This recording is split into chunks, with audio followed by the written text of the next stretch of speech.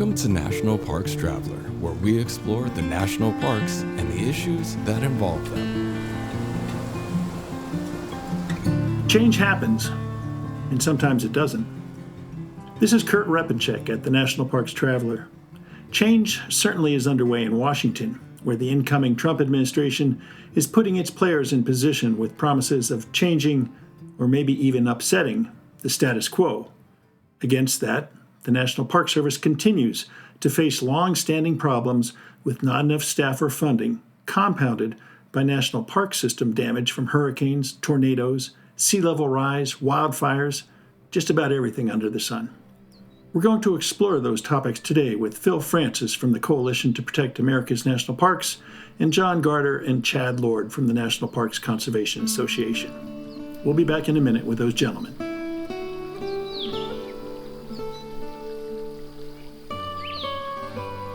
Acadia National Park is one of the 10 most popular national parks in the United States. It is also one of the smallest and most vulnerable. That's why Friends of Acadia exists.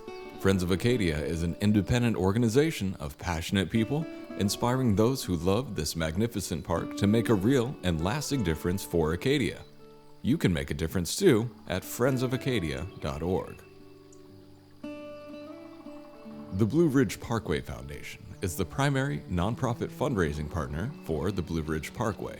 It is made up of people who have a deep love for this majestic road and want to ensure that its natural beauty and the experiences it offers endure for generations to come. Show your appreciation at brpfoundation.org.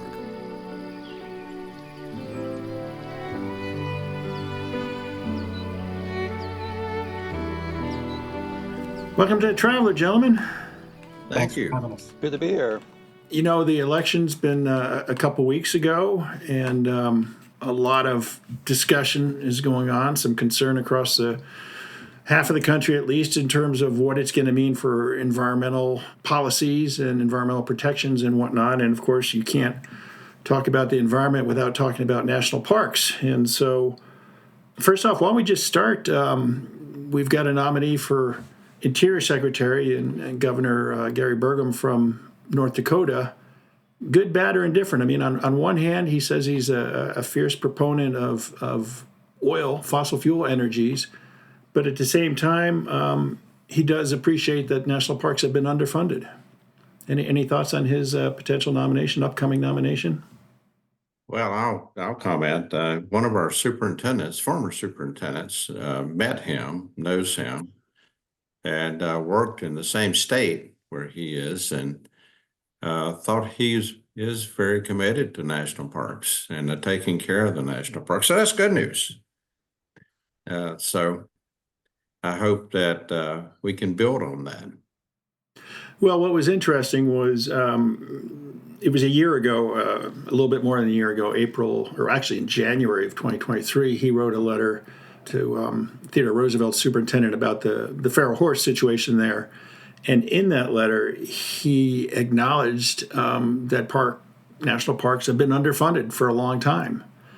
Does that give us any optimism that if he is confirmed as Interior Secretary, he will push for more funding for the National Park Service, or is that a decision above his pay grade? Theodore Roosevelt is one of my favorite national parks. It's absolutely an incredible place. I highly recommend folks go there. I think there is hope that anyone who recognizes the importance of park funding in a position like the Secretary of the Interior is in a position to influence policy and provide for budget requests for the National Park Service that are a lot healthier than we've seen in the past. During the time of David Bernhardt and Brian Zinke, they were admittedly challenging budgets. Fortunately, Congress did not listen to those budget requests, or they recognized on both sides of the aisle, importantly, Republican and Democratic champions in Congress who recognized that those budgets were not tenable. So I think for someone who recognizes the importance of park funding, who has some great work being done with federal dollars in North Dakota, there is some hope that we can work together and help our national parks out. Over the years, we've discussed on the Traveler program, and you've discussed elsewhere, that the National Park Service budget is infinitesimally small compared to the overall budget. But the question comes down to, if you're going to increase the Park Service budget, where do you get the money from? Any easy spots out there to get it from? Well, if you're getting at the full scope of the federal budget, that's not something that we're working on. We do have some ideas for some smaller offsets that could help with some future efforts to get some funding. But in the large scope of the federal budget, as you point out, it's pennies to the dollar. It's less than that, 1/15 of 1% of the federal budget. And at the same time, you get more than $50 billion in economic activity just from visitor spending alone. That doesn't account for a lot of other things. So I think it's really not a matter of large offsets so much as a commitment on the federal level among folks in Congress and in the next administration. Phil, I'm sure you have some thoughts on this. I totally agree. When you look at the economic benefit, and I know that this administration often talks about empowering states. Well, all the states have a unit of the national park system, every one. And so the economic benefit to those states and those local communities is pretty terrific. And if the doors were closed, even for a short amount of time, it would have an adverse impact on the local economy.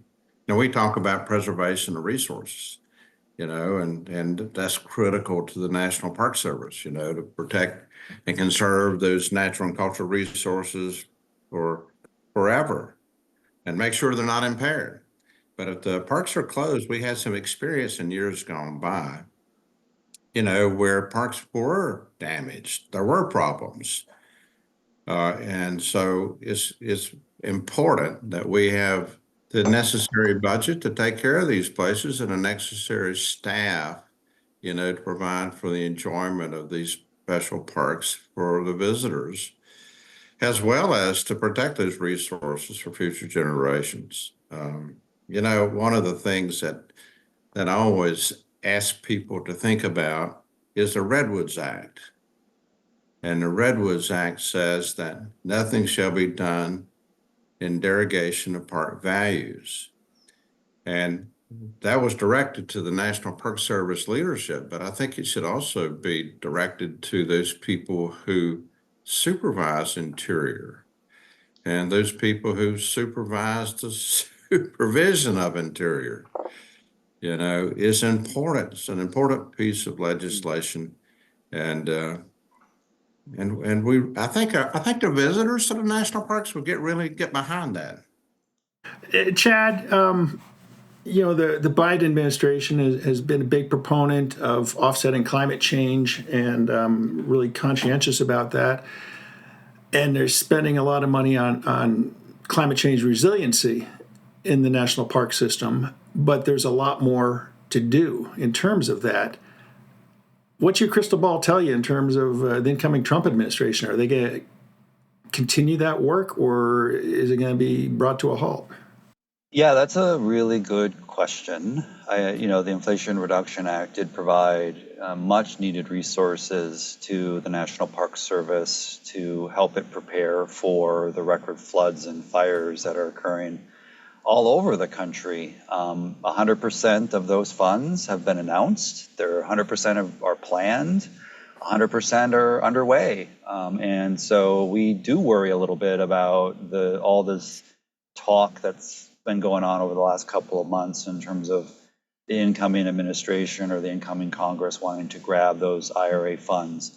It's just not clear exactly whether or not they're going to use a sledgehammer or they're going to take a scalpel to the IRA and how they're going to approach that. What I can tell you is that there is bipartisan support for pieces of that bill because among Republicans and Democrats, because they do see the value of the investments that are being made, whether or not that is in the tax incentives that help keep climate change from getting worse by reducing greenhouse gas emissions from fossil fuels, or preparing parks and communities for, like I said, the floods and the fires. And a lot of those activities are happening in Republican districts. And so, we remain optimistic that there is bipartisan support for getting this country ready for these kinds of disasters, and that, we will continue to work hard to share the success that the Park Service is having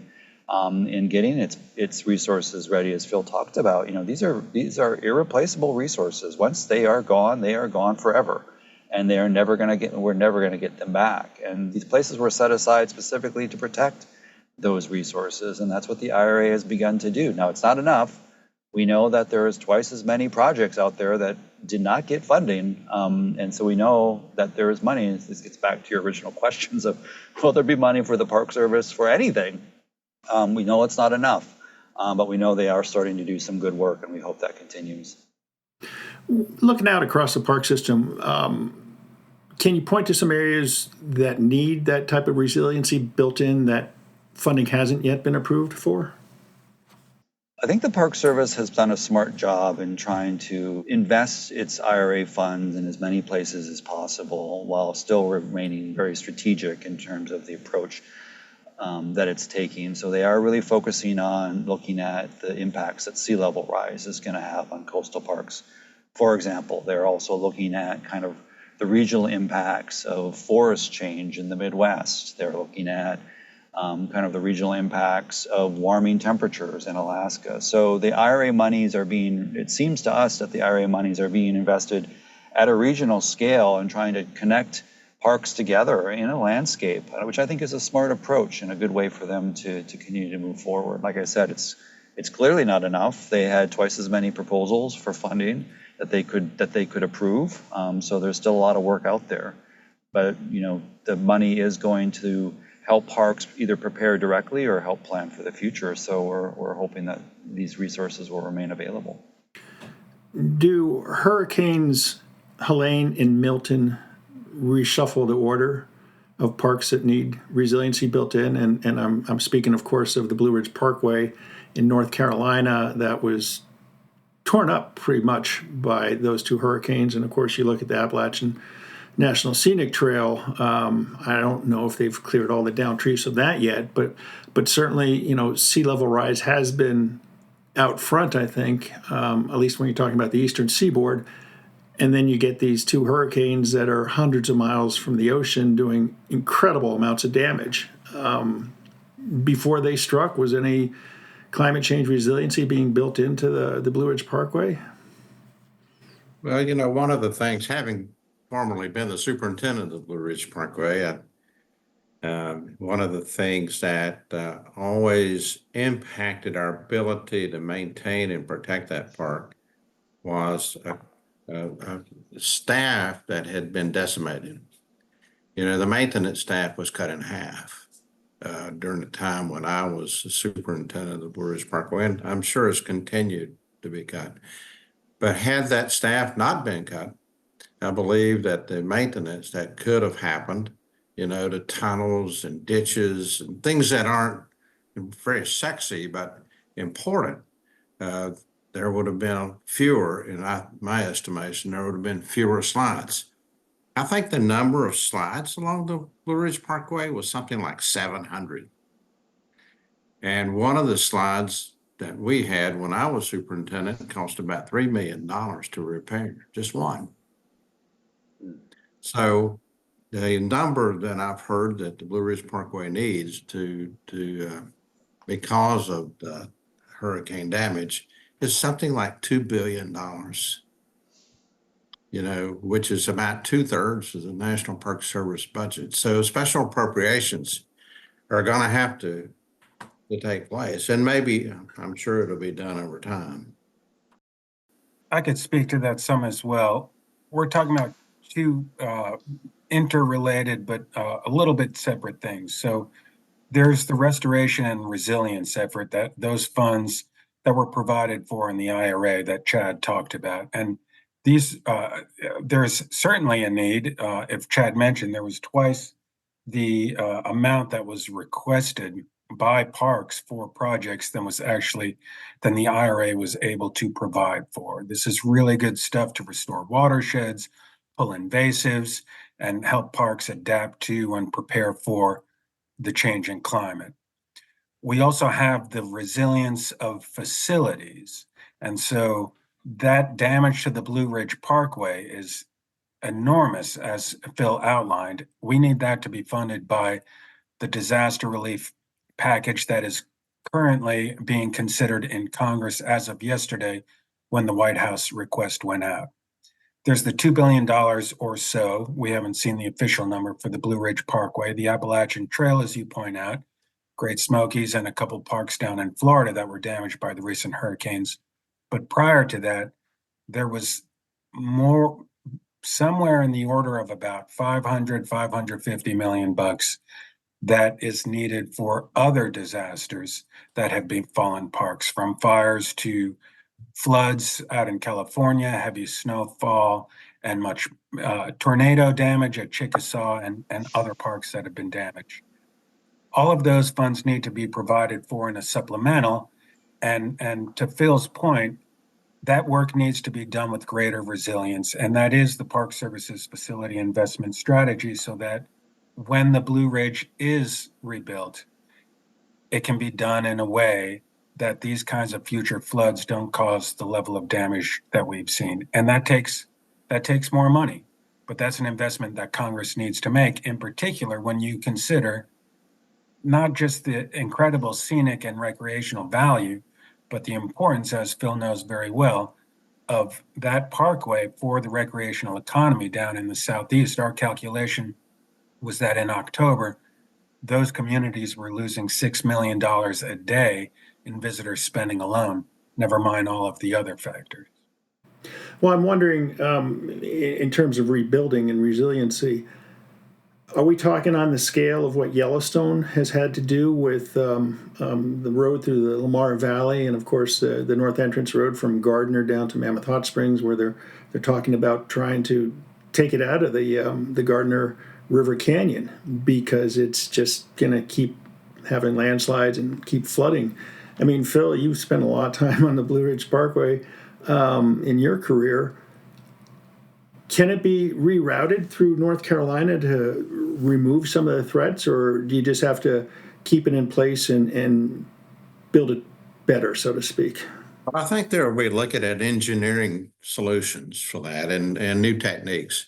I'm pretty confident that will occur. But when you think about the Blue Ridge Parkway and when it was first created, I mean, there were a lot of cuts and fills done at that time. So when you're putting the two-lane highway through a mountainous area, I mean, you just can't just slap it on the side of the mountain. You've got to do cuts. You've got to protect the parkway from being eroded underneath through the fills, and then you've got to make sure that there's adequate treatment for water flow so that it doesn't wash the parkway down the mountains.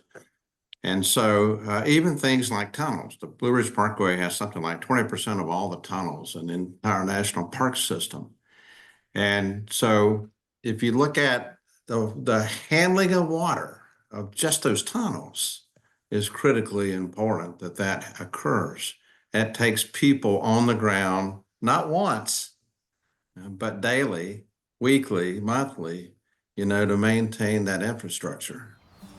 This is Kurt Repenchuk with the National Parks Traveler. We're talking today with Phil Francis from the Coalition to Protect America's National Parks, and Chad Lord and John Garder from National Parks Conservation Association. We're going to take a short break. We'll be right back. Smokey's Life, full of stunning photography and thought-provoking reads, Smokey's Life Journal is a biannual magazine produced by Smokey's Life, formerly the Great Smoky Mountains Association. Members receive it free of charge each spring and fall, and it is available for purchase in retail stores throughout Great Smoky Mountains National Park and online at smokieslife.org. Hi, Kurt Repenchuk, founder and editor-in-chief of the National Parks Traveler. I hope today's podcast about the challenges the National Park Service and the National Park System are facing is of interest to you and helping you appreciate what the Park Service and the national parks are up against. I also hope you saw last week's feature article about the move Utah officials are making to take control of more than 18 million acres of U.S. Bureau of Land Management lands in the state. Wyoming officials are on board with that attempt and want to take it even farther to gain control of all federal lands in the Cowboy State. Think of it, Grand Teton State Park. At The Traveler, our role is to bring these stories, along with stories of exploration, scientific discovery, and cultural history, to your attention. After all, these lands belong to you, the American taxpayers, and you should know how they're being cared for. If you appreciate this coverage and find it critical, I hope you'll support The Traveler with a donation. We're in the middle of the annual Newsmatch campaign to raise charitable dollars for nonprofit media organizations, and we really could use your support so we're able to continue producing these stories for your benefit. Please view the donate page on the Traveler website and contribute what you can to our nonprofit news organization. After all, it's essential coverage for essential places.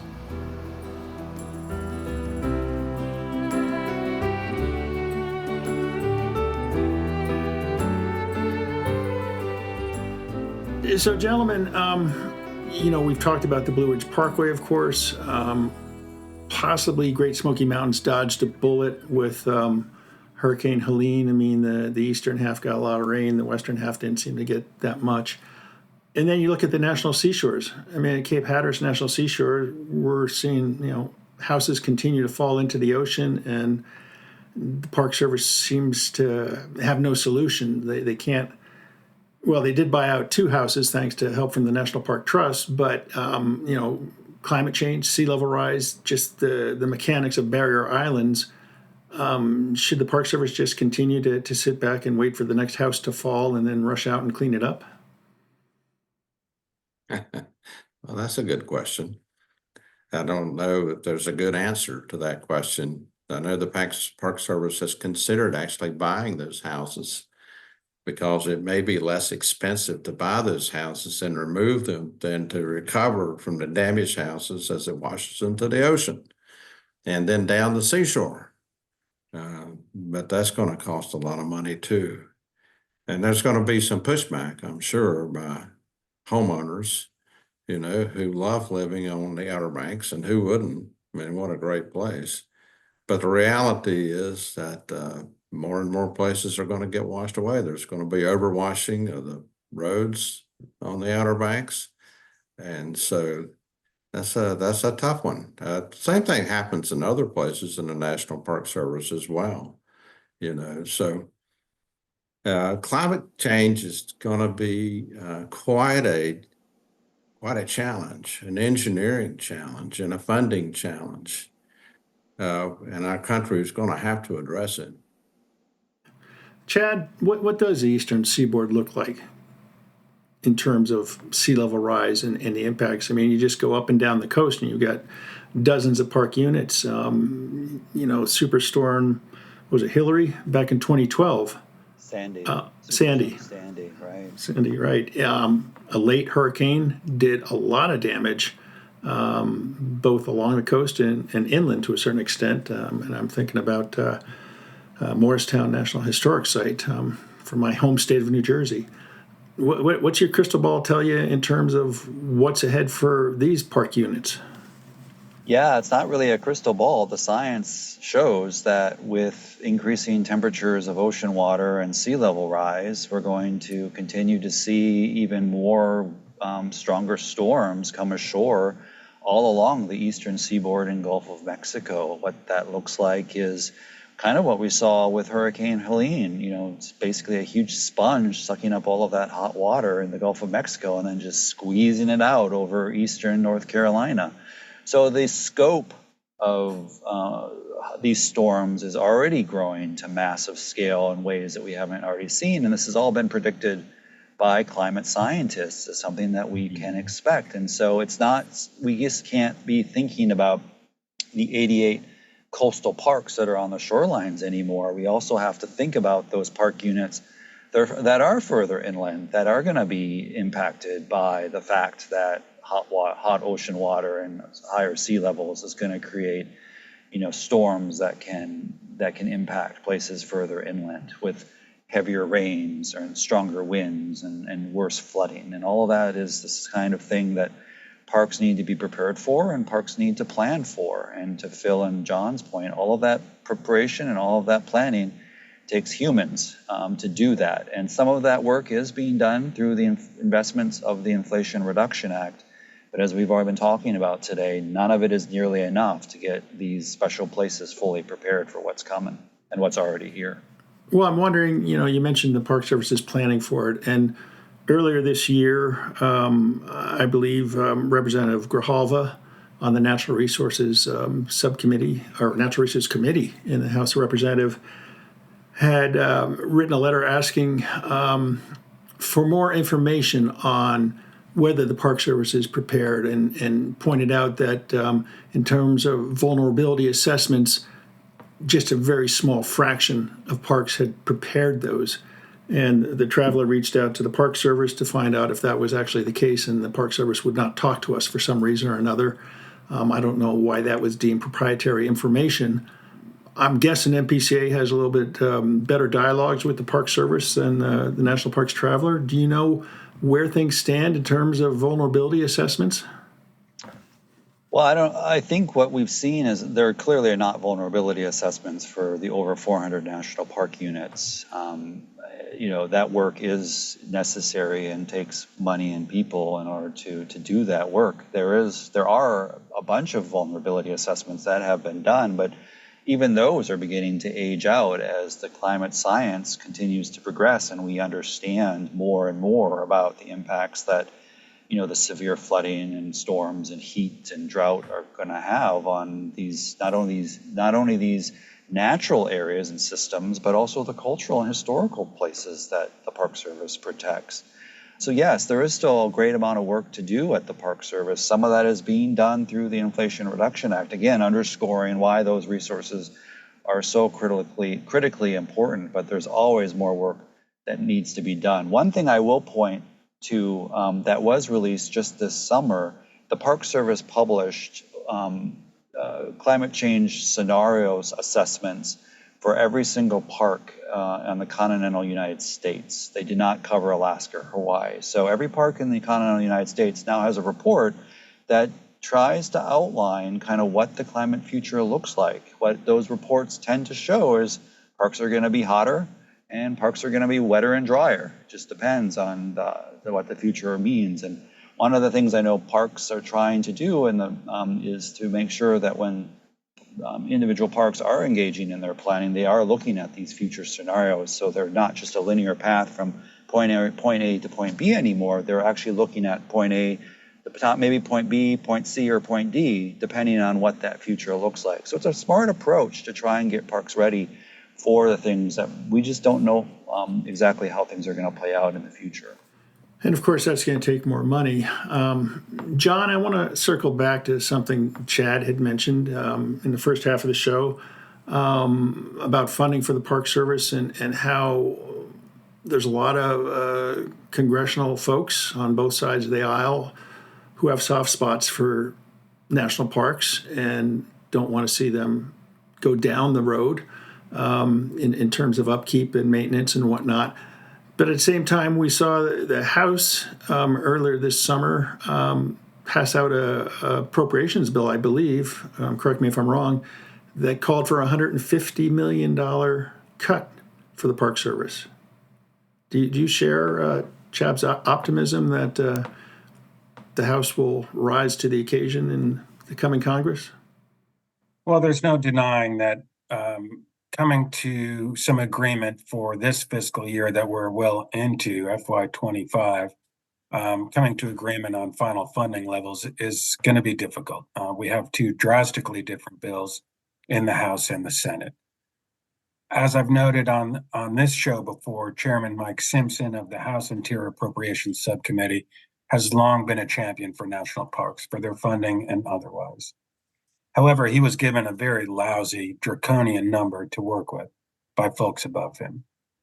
And that kind of squeeze on non-defense discretionary spending has its impacts on Americans' lives in a lot of ways, and that number that we saw for the National Park Service is one of them. When you don't have much to work with, and you've got to give money to tribal obligations, to catastrophic wildfire, and other things, there's very little left to work with. So I want to be clear that that bill does not reflect the bipartisan support that we have in the House and among some key folks for park funding. On the other hand, in the Senate, we have a bill that is not as robust as we need for the Park Service, but it's quite good, all things considered, where we have Chairman Jeff Merkley and other folks who are champions of parks like Lisa Murkowski on that subcommittee. That bill would return 450 park personnel that have been lost. And as we've talked about on this show, we've seen an erosion of more than a couple thousand staff from the Park Service over the last 10 years. You know, at the parks themselves, we've seen a 20% erosion of staffing levels since 2010. At the same time, a 16% increase in visitation. So things are undoubtedly challenging, and we see that reflected in Park Service morale. The Speaker of the House has indicated he intends to punt the funding for this fiscal year into the next Congress, which I think, given the political winds, will make things more challenging.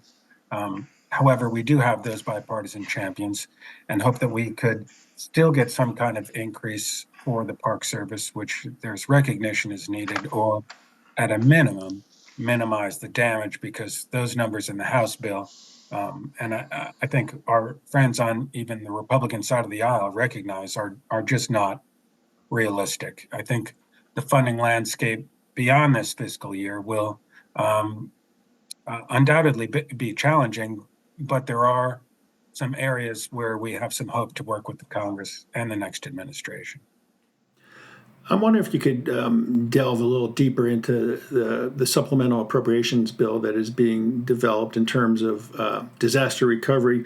Phil said $2 billion for the Blue Ridge Parkway to rebuild the damage from Helene and Milton. I think a year ago, maybe it was 2 years, the supplemental appropriations totaled $2 billion, and a lot of that went to Yellowstone to rebuild after its flooding situation. Obviously, we're all familiar with the Blue Ridge Parkway. You mentioned some tornado damage. What other areas need supplemental appropriations to help rebuild in the park system? Sure. So that 2023 omnibus appropriations bill had a disaster component that provided, I think the last estimate is around $900 million for that Yellowstone work, which is ongoing, as well as funds for, I mentioned, the flooding and heavy snowfall in California, landslide, and other impacts to cultural and natural resources at a number of parks. What we're looking at here is probably more than $2 billion, as we've discussed, for Blue Ridge Parkway, but also the tornado damage at Chickasaw. There was a fire that burned the Day Lodge down to the ground, a very important facility. They had just started a Great American Outdoors Act project there up at Olympic. Up at Olympic, exactly. There's a need for funding for some historic properties in Lahaina in Hawaii, needs through the Historic Preservation Fund. That money, or some of that money, is in the request we saw yesterday, and a number of other disasters. The total is quite huge, could be more than $2.5 billion. We do have our work cut out for us, and there's going to be a lot of debate in the coming weeks in the Congress. The White House request yesterday was puzzling. It did not provide for the breadth of the needs. Reportedly, there is a federal facilities request that we hope will include the Park Service that will go from the White House to Capitol Hill in early December, but the debate will be well underway by that point. So that does make our job harder. However, that said, there is broad recognition of the need for national parks. We, over the last almost 15 years that I've been at the National Parks Conservation Association, there have been varying levels of just making sure that the wheels are greased and things are moving along well on the disaster relief front. And sometimes we've had to fight harder. It's unclear right now what that will look like, but we're expecting that we will have to do our work with our supporters to make sure that that funding is provided. I think it would be a major oversight for Congress not to recognize the extent of that damage at Blue Ridge and that the numbers are so big that you can't not fund that. That's not an option. With other projects, maybe the Park Service would have to absorb those costs. Other projects would have to wait indefinitely. There are major problems associated with that. The Blue Ridge, there's no choice but to fund it. You've got to repair that parkway. It's critical for transportation, but also just for that local economy, as I talked about. So we're hopeful that we can impress upon Congress, along with our bipartisan champions, the importance of funding not just the Blue Ridge, but all those other parks that have been waiting for over a year and a half. Do you think we're going to see more pressure, could be one word, reliance could be another word, on the National Park Foundation and on friends groups around the country to step up efforts to raise charitable dollars to tackle or assist in tackling some of these issues? Well, that's an excellent question, right? It's the $500 million question du jour, if you will. And I know that Phil has some strong views on this as well. It has been fantastic to see the amount of fundraising that the National Park Foundation and all of these smaller friends groups and others, cooperating associations, and all the great dedicated people out there that have been raising a lot of money.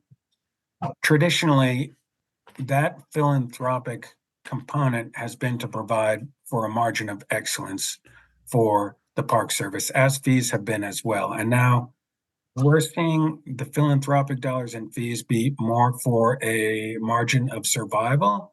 And I think while all of that work is commendable to ensure for some of the basic things that the Park Service needs, like that pipeline, that water pipeline at the South Rim that broke down this past Labor Day, that wasn't philanthropic dollars.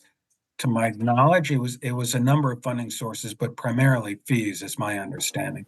That's not what fees were intended for. So are we looking at a future where the philanthropic community and user fees are expected to provide for these things that Congress ultimately has the responsibility for? I would say no, and I think there are a lot of other people that would say no. Congress has to step up and do their job. Phil, you have thoughts on that, I know. Sure. I remember when parks didn't have friends groups, didn't have that kind of support. And more pressure has been added as the years go on. But one example that I want to mention has to do with a fellow that was very, very wealthy. And when asked about the very question that Kurt has asked, he says, I already pay a lot of money in taxes. I already send a lot of money, to the government to help pay for services. Says, the day that they rely entirely upon us is the day that I'm going to quit giving. Now, I don't know if that's representative of a lot of people's thinking or not. I don't know, but I do think there are limits. But there's a lot of needs out there, and people have a lot of different interests. And so to think that all of those needs might be funneled to one place, I think is probably not a reasonable way to look at it.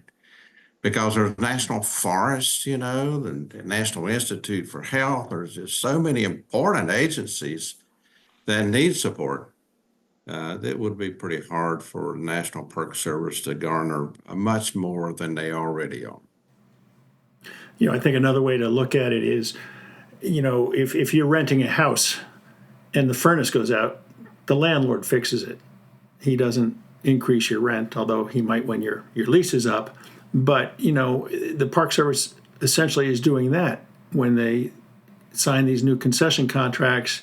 They look over the lodges and what work needs to be done, and the Park Service doesn't always pay for that work. They pass that cost on to the concessionaire, who passes that cost on to the guests who want to spend the night.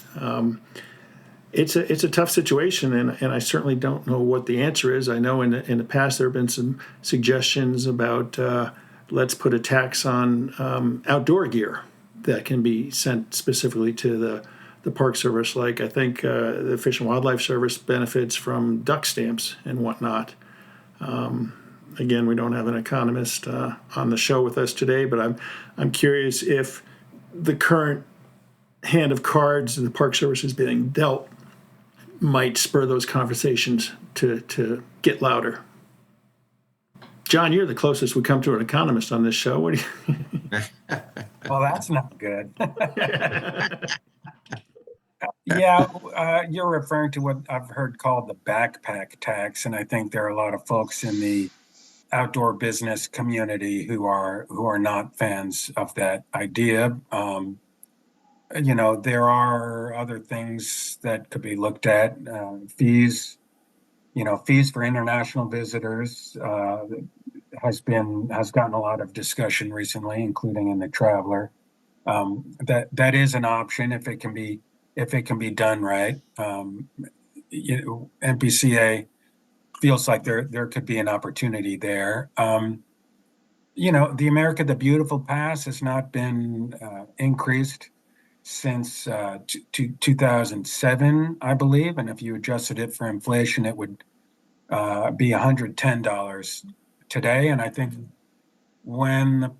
my personal view is that when the Park Service doesn't provide for those incremental increases to account for inflation, then you have a situation where we have now where the difference between what a pass cost before and what it costs now in real constant dollars is quite significant. The challenge with that is that you can't have fees be prohibitive for your average American family. I think there's recognition that the fees right now are a good deal, even though they're going up for campgrounds and for park entrance fees in a number of places.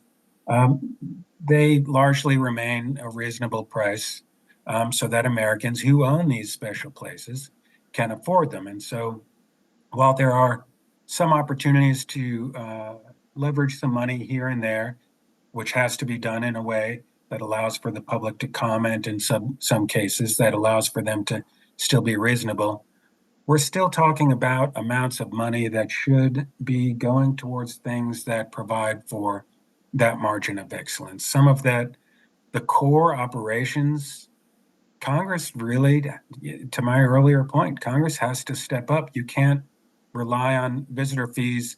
You would have to increase them prohibitively to make up for the shortfall in what's actually needed to operate our parks and to provide for their maintenance and address needs for climate change. It can't be done. It's a fool's errand.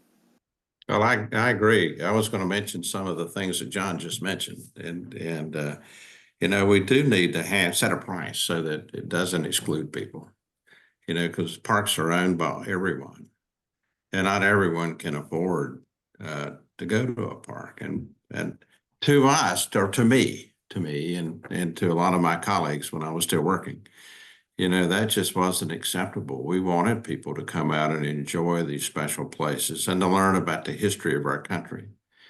And so I'm not sure what the answer is. I was just reading that 11% of the non-defense budget goes to fund the Park Service and agriculture and fish and wildlife and a whole host of things that hundreds of millions of people are visiting each and every year.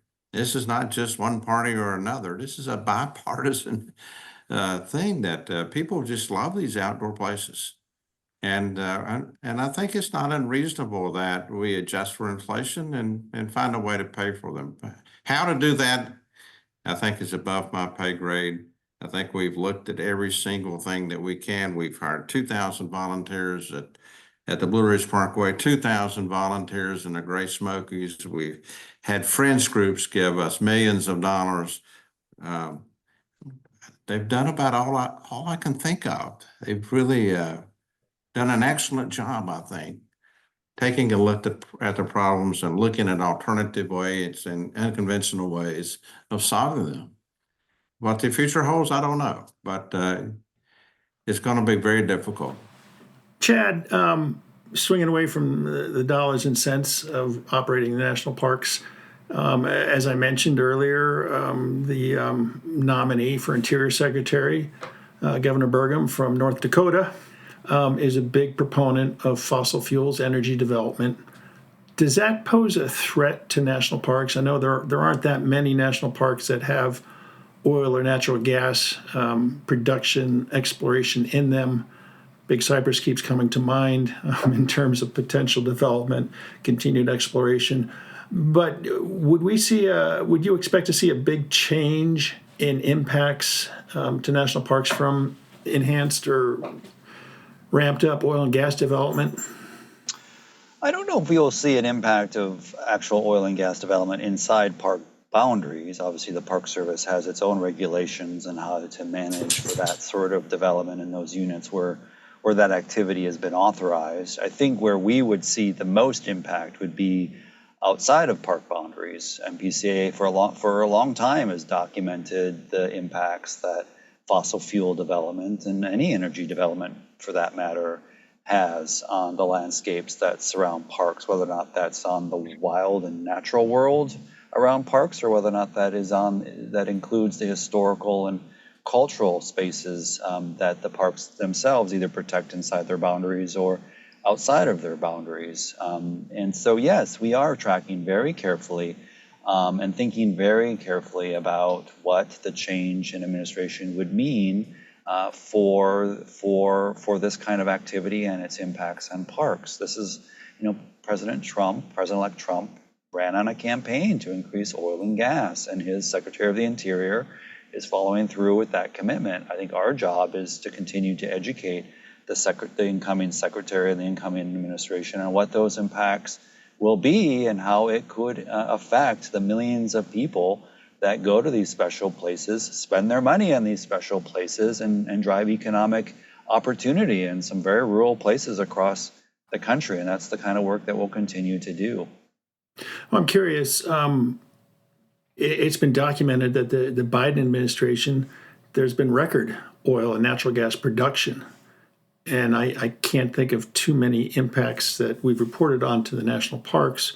The one thing I can think of, whereas Interior Secretary Holland has put an embargo, so to speak, on development around Chaco Culture National Historical Park, I think the Project 2025 treatise that President-elect Trump has tried to distance himself from calls for that to be revoked. So again, I'm just wondering, if we're already at the highest production right now, what risks are there to push it a little higher?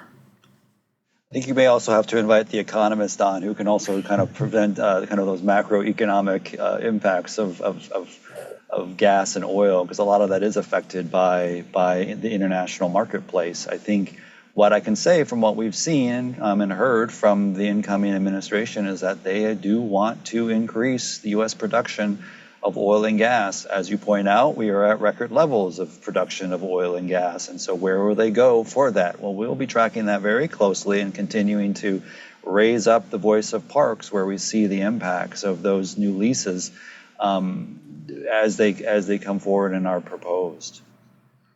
It was mentioned earlier today that the loss of staff across the National Park Service has affected employee morale. When Chuck Sams appeared before the Senate Natural Resource and Energy Committee, or Natural Energy and Resource Committee, for his confirmation hearing, he said his number one goal was to improve employee morale.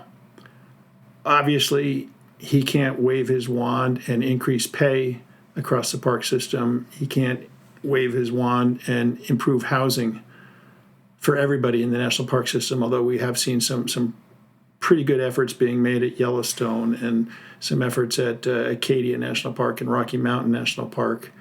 How do you improve employee morale? Can we improve employee morale, or is it going to continue to go down? And if it continues to go down, won't that make it harder for the Park Service to hire employees?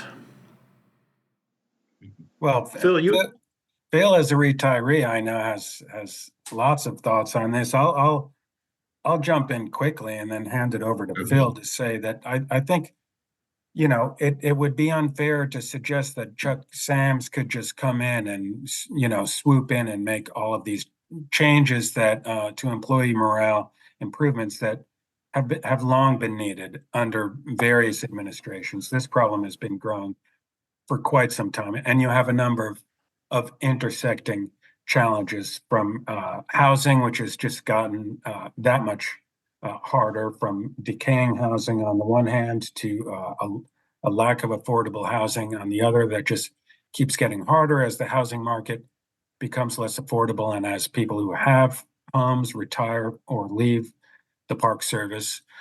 You've got the increase in visitation I mentioned. There are folks in Congress who are working on the housing issue. There are Republicans who are very concerned about that. There's bipartisan agreement that housing is a challenge. Visitor use management that they are engaging in, a lot of parks, needs the support of the next administration to let superintendents to make those decisions to manage visitor use in a way that ensures a quality visiting experience, but also doesn't overwhelm staff, which is one of the things that is challenging for them.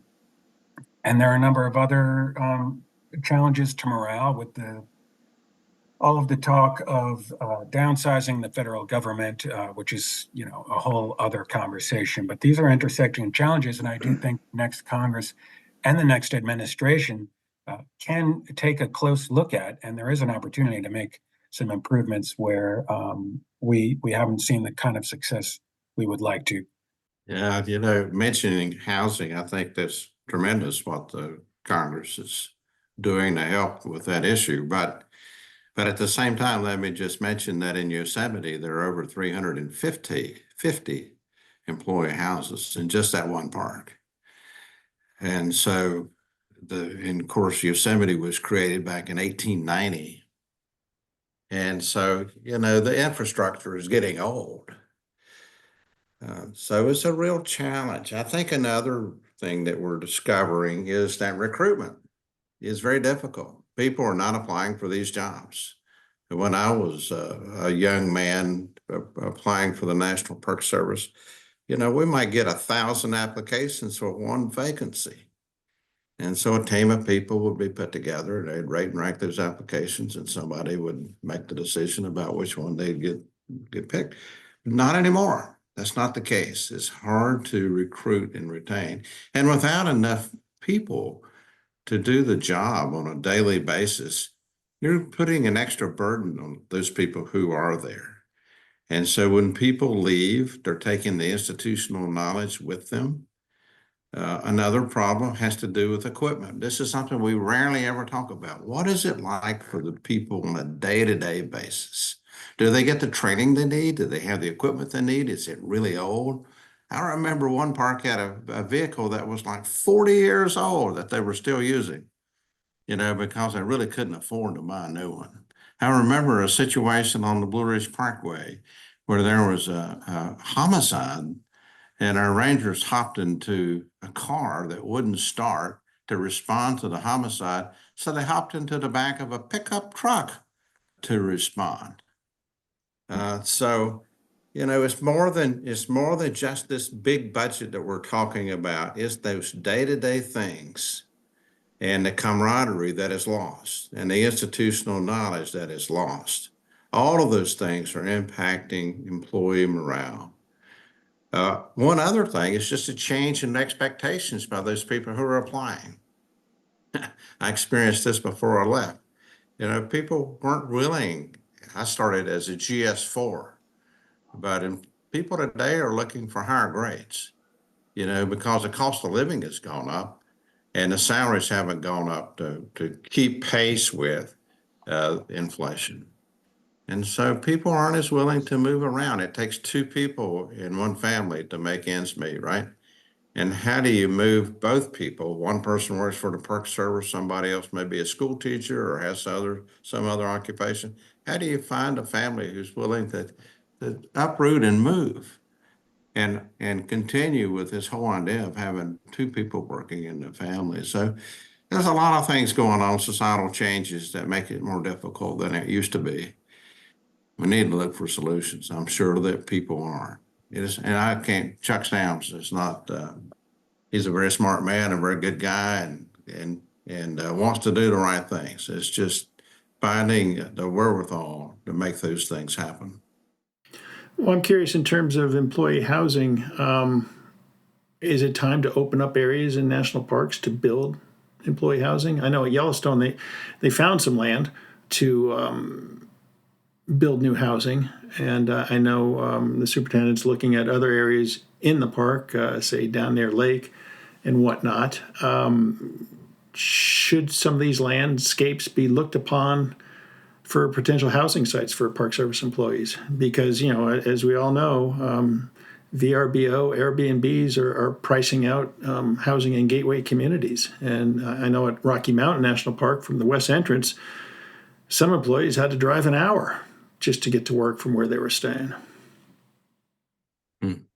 That's a pretty slippery slope, Kurt. So there are some opportunities, and I know there are some superintendents who have identified areas where there are utilities, where those areas are already developed, where prefab housing can be built, but there are limits to that.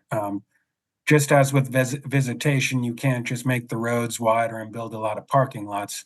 So too, you can't. There are limits to where you can develop inside parks. So funding is certainly one of the challenges, and that funding should be provided for those areas where that's appropriate. There are other ways where housing can be provided for, things like acquisition authority to allow the Park Service to acquire small parcels in outlying communities and surrounding communities. Now, you need the funding to ensure the acquisition of those parcels, but then that would allow for the Park Service to have housing right nearby for those employees who could then, have easy access to the park. There are also cooperative efforts that are happening right now to, for example, build housing on nearby Forest Service land where there are more appropriate properties that could be developed that then could provide for housing for Park Service employees, Forest Service employees, and then also folks like nurses and school teachers and people who are increasingly unable to afford living in places that surround national parks that have become prohibitive in many ways. So there are a number of other ways to do it. And as I mentioned, there are members of Congress who are looking to address some of these solutions, including local hiring authority as well. But ultimately, in addition to those solutions that we're really happy Congress is looking at, additional funding is needed. There's a request for, I believe, a $9 million increase in the housing budget for the Park Service in the Senate bill that the president requested. Those are relatively small numbers compared to the scale of what's needed, but it would be helpful, and Congress has the opportunity in this next bill to provide that money. We've been talking today with John Garder and Chad Lord from National Parks Conservation Association and Phil Francis from the Coalition to Protect America's National Parks about upcoming change in administrations and that impact on the national parks and National Park Service, as well as some longstanding issues with the Park Service and in the park system. Gentlemen, thank you so much for your time today. I really appreciate it. We'll have to stay in touch in the months ahead to see how things evolve. Thank you, Kurt. Yeah, thank you. Thanks, Kurt.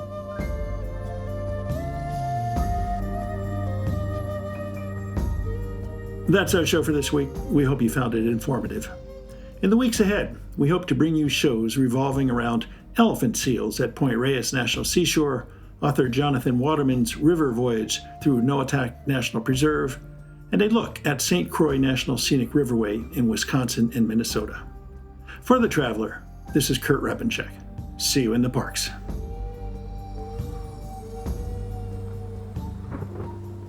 The composers and musicians at Orange Tree Productions have created a unique collection known as the National Park Series that has grown to include more than 30 CD titles. Composed against the backdrop of a park's sounds of nature, these musical scores will connect you with these beautiful places and take you there, at least in your mind. This collection is the #1 selling National Park audio series in the world and provides the background music for National Parks Travelers podcasts. Visit them at orangetreeproductions.com. Editing and production work for the National Parks Traveler podcast is done by Splitbeard Productions. You can learn more about us at splitbeardproductions.com.